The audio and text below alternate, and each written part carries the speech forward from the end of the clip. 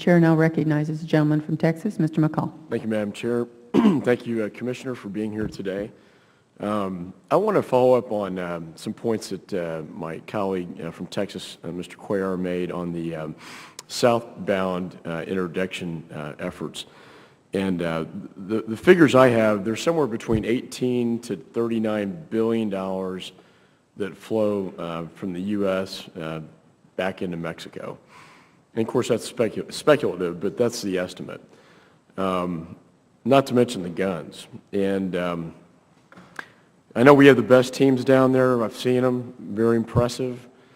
But really, two questions. The other information I have is that the department, from March of 2009 through February 2011, the department seized only $67 million, which is less than 1% of all this illicit smuggling. It seems to me that we can do a better job, and I think that the beauty of this program, if we can enhance it, as we are proposing out of this committee, is that it could be a pay-for for a lot of our border security operations. So my first question is, when we do seize these assets, where does that money go?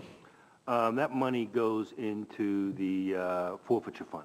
Yep. And that money is used for reimbursed state and locals. Oftentimes state and locals are working with us. They get a piece of that. Also, we were able to get, I believe it was $10 million out of the forfeiture fund for canopies for our southbound operations, those locations that don't have that outbound footprint. But again, if my time's limited, so so when the forfeiture money comes to Washington, the Secretary controls that. Is that correct? It's actually controlled out of the Treasury Department. Okay. And who determines where that money goes? Treasury has a voice in it, and the department. It seems to me that all the money we're seizing down there ought to go back towards our border security operations. It's my understanding that does not currently happen. I think we need to fix that.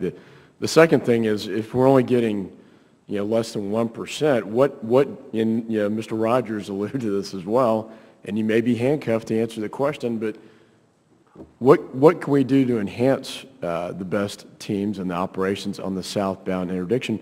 What more resources do you need down there? Well, I think from the standpoint of southbound, the technology piece is a big piece that's needed.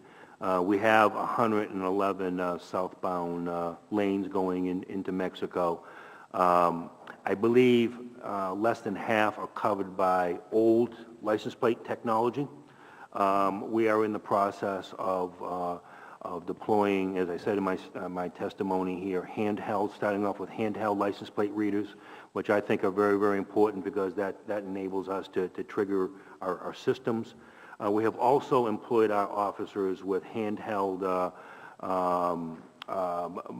ATS mobile systems, which enables them to be out there in the lane, querying names and running licenses. So we're beginning to deploy that technology. I think the other thing that we have to keep in mind with that number, and I've seen that number as well, you got wire transfers, you get a whole host of ways that money is leaving the United States.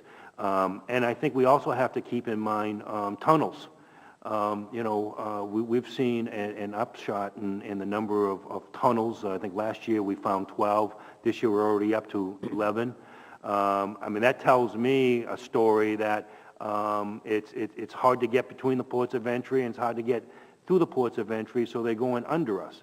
And look at it from a money standpoint, leaving through the tunnels as well. But I will say that the outbound area, while we've always been engaged in outbound, certainly the last few years we have really tripled our efforts, and it's part of that footprint that we have got to make sure is with the new ports of entry, and we get the adequate. Well, I think as has been mentioned before by the chair and Mr. Rogers, I've seen the canines down there running around those cars, and I hope that happens when we're not there as well. I'm sure it does. It does. But very impressive. They can sniff this stuff out, and so. I look forward to working with you, and my time's about ready to expire, but I'd like to work with you and the department in a bipartisan way to enhance this effort, because I do think the money confiscated could be directed back towards your operations and make it safer. So Thank you. appreciate it. Thank you.